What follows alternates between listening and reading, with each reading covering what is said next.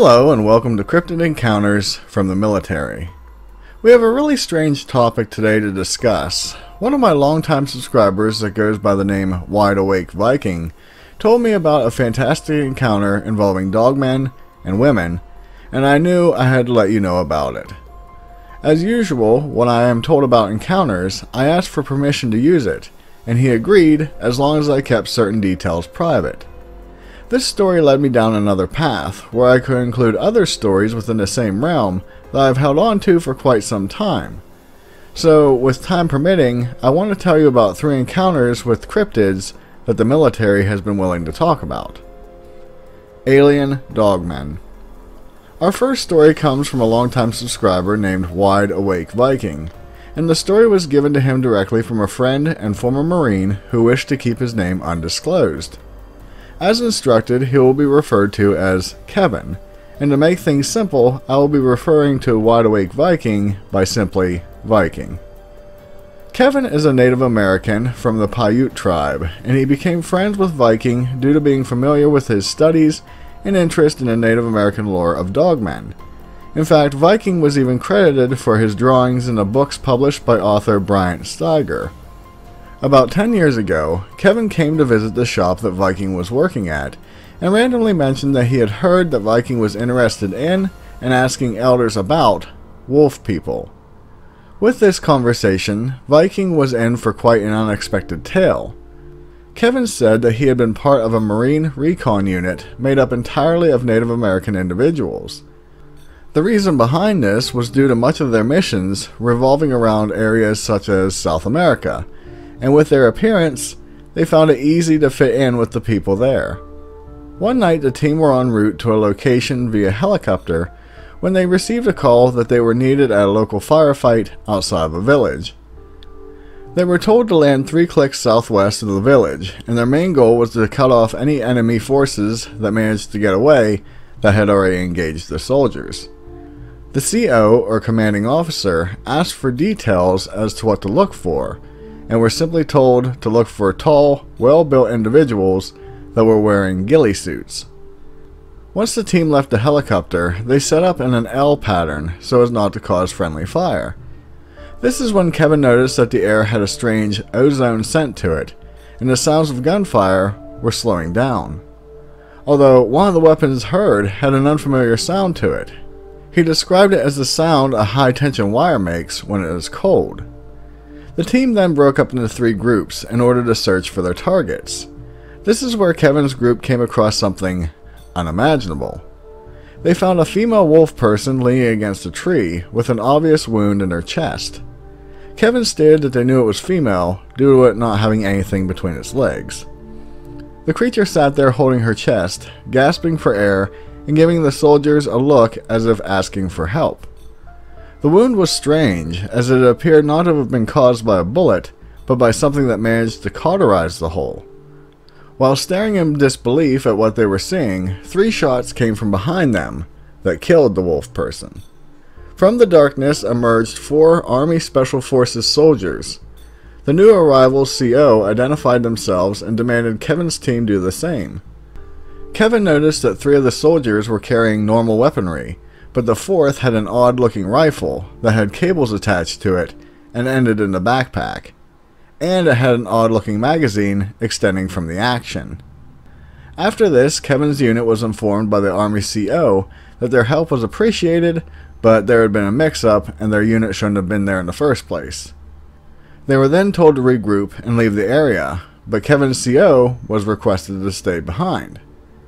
The rest of the unit were flown back to an undisclosed location and kept in isolation until their CO was returned. After 24 hours, he did rejoin his men, but appeared quite shaken, and when asked about what had happened, he only replied, "It was classified." Quite a few days later, the group were sent out on a mission in the jungle, but the CO inexplicably asked for their landing zone to be 2 clicks farther than they expected. Not thinking much of this, the unit started walking through the jungle, when suddenly the CO stopped and told his men what had happened prior, and that they were not to speak a word of it. Apparently, on that night, when he was left alone with the Army Special Forces, he was taken to a base that appeared to be a warehouse or garage. Only this base was built into a hill and was so hidden that it would be hard to find if you didn't know where it was.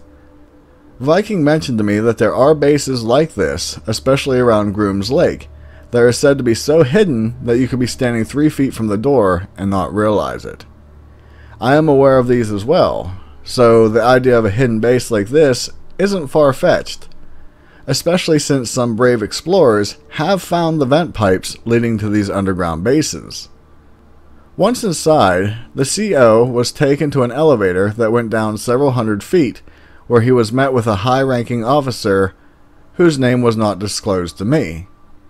It was at this point that he was informed that the dog woman that they had seen was actually part of an alien race of beings who have been returning to Earth since the early to mid-1960s. Their species has been deemed too dangerous, and as such, were not allowed to land in the US. Although some of them have become irritated by living strictly on a base and have escaped. Some of these individuals have actually taken out guards and even stolen their armor. While on the run, they have been spotted by villagers who have shot at them, but more often than not, the military just sends out groups of trained individuals to handle these aliens. It was said that they are very hard to kill, and that special weapons were developed to handle such a problem. As the CO walked with the high-ranking official down a hallway, they passed by a room that had thick plexiglass windows that appeared to be soundproof. Inside, he saw a dogman who was wearing a form of armor, appearing to be interrogated by a scientist and other military officials. The CO couldn't hear what was being said, but it appeared the dogman was very angry. The creature stood 7.5 feet tall, had a strong muscular body, wolf-like head, long tail, narrow hips, and long arms that ended at mid-thigh. At one point the CO was shown one of the weapons the beings carried, and it was basically a large, thick, curved sword that resembled a Gurkha knife shape. The CO ended his retelling of what had happened that night, but he swore the men to secrecy. The reason that the CO was informed or even shown all this classified stuff was due to his unit's missions frequently overlapping the same area as those from the hidden base. Now, Viking told me that he held on to this story for quite some time, and understands how fantastic it sounds. It should be noted that within the past 2 to 3 years, 2 different members from the Army's Delta Force team have come forward with very similar stories. One of those reports were even covered by Linda Moulton Howe. Regardless if you love or hate this woman, the amount of investigations into the paranormal that she has taken part of is quite numerous. I should note, as a full disclosure, that there is other interesting information and details that Viking told me involving this story. Yet, he requested that I didn't share them due to wanting to see how many other people's stories share the same descriptions. Much in the same way, crime scene investigators won't release all information in order to try to find the truth or culprit. Now, I know this story is really hard to fathom, but I believe Viking was telling me the truth and wasn't sharing this just as a ruse. Viking even asked me to check into a few of the details, and I have found those stories from the Delta team, and a lot of the information does match with Kevin's point of view. Is it possible that Kevin was telling a tall tale? Maybe, but I firmly believe in innocent until proven guilty. So, until he steps forward and says otherwise, I will assume these accounts are real. I do know that Dogman sightings have been seen all over, and they seem to be a more recent phenomenon. Also, I know quite a few people do believe that they are aliens. I am on the fence, but you know me. I like to keep my mind open to all possibilities. Bigfoot needs training. Our next story moves from Dogman topics and goes to more familiar territory. I have seen many reported sightings of Bigfoot involving the military. One such story even involved the area of Kandahar in Afghanistan, but I think I'll save that for a future video, especially when we consider there is a famous giant story there as well. Our sighting comes from the Joint Base Lewis McChord in the state of Washington. While training on a land navigation course, something was seen that certainly didn't fit in. The event was timed and each person in the unit was not allowed to talk to each other. While nearing one of the destination points, 2 soldiers met up with each other near the middle of the forest. Still keeping in mind that there was not to be any talking, the 2 headed off silently to the next point. Suddenly they spotted what they thought was a fellow soldier walking within the tree line. They found it curious that this soldier didn't appear to have his rucksack or was carrying his rifle. This person was moving very quickly, using long strides, even though the terrain was very swampy. Before long, he vanished from sight, moving away from any of the points needed, and the two soldiers just kept moving on. When they arrived at the next point, they saw one of their fellow squad mates already there. This man was 6'6" and wasn't even close to the size of the lost soldier that they had just seen. Not to mention he was still carrying his rifle and rucksack.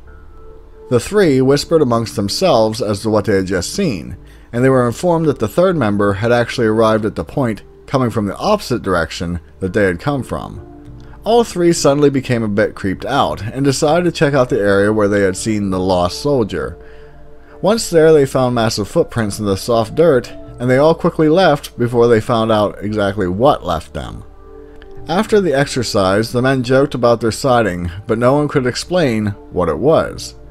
The only thing mentioned was that the squad leader made a joke about Bigfoot getting lost on the course, and that they shouldn't leave their buddy behind.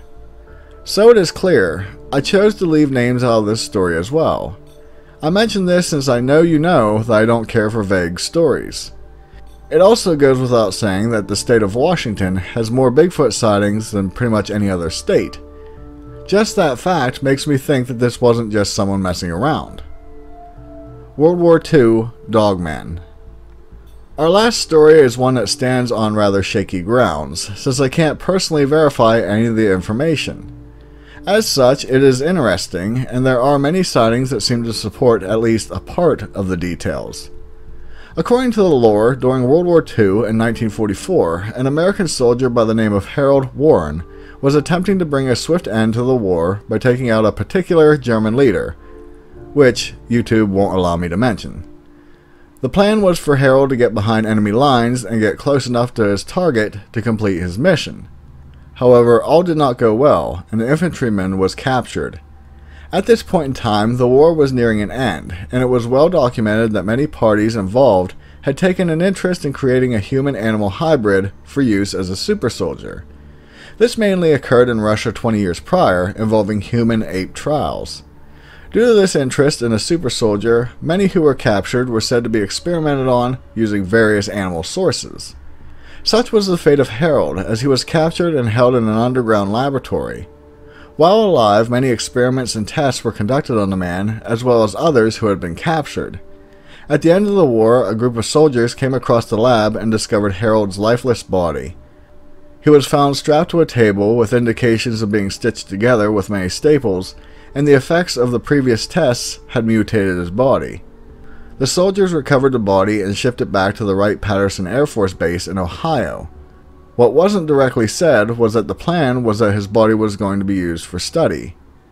Not long after arriving at the base, the body went missing, supposedly during a full moon. This was then followed up with reports from the Mount Airy Forest and Twin Train tunnels in Cincinnati of people seeing a dogman-like creature that almost looked zombified.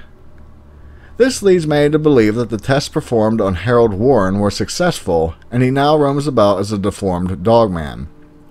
As stated, not a lot of this story can be verified, but in looking at the twin tunnels, it is deemed highly active with paranormal encounters. Let us also not forget that Ohio has quite a few dogman sightings as it is. Now, if these are a mutated human soldier, that is yet to be seen. I should also note that the Wright-Patterson Air Force Base has had a lot of conspiracy theories spread about it, although they mostly involve UFO topics.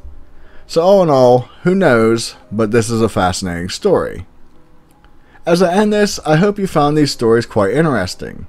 I originally planned on talking about the Bigfoot seen during Vietnam, or even the Bigfoot reported to be attacking a dogman, but I think I'll save that for a later date. Let me say that just because some of these stories sound fantastic, it doesn't mean that they aren't a real sighting. With all the interesting unknown beings out there, it can be hard to rule one out.